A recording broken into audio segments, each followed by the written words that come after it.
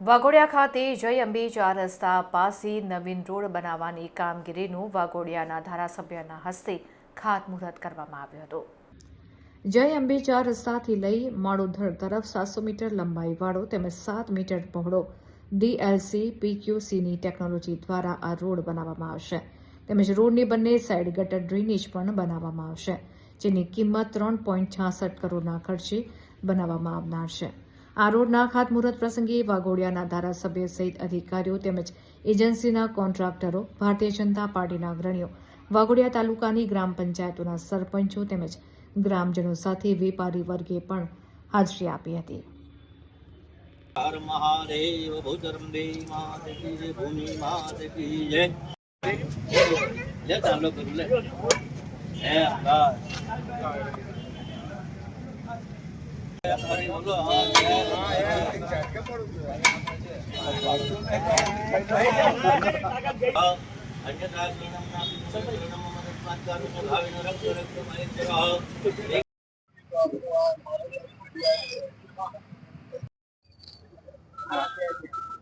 आई जाओ कि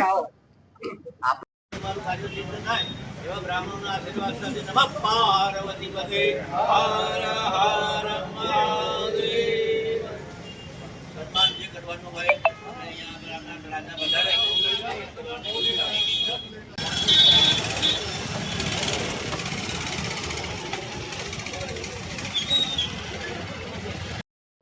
આજે વાઘોડિયા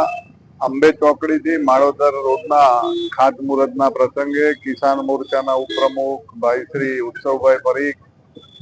તાલુકા પંચાયત કારોબારીના અધ્યક્ષ ભાઈ શ્રી બધાભાઈ,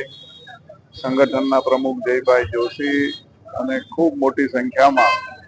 સૌ વાઘોડિયાના કાર્યકર્તા ભાઈઓ આજે હાજર રહીને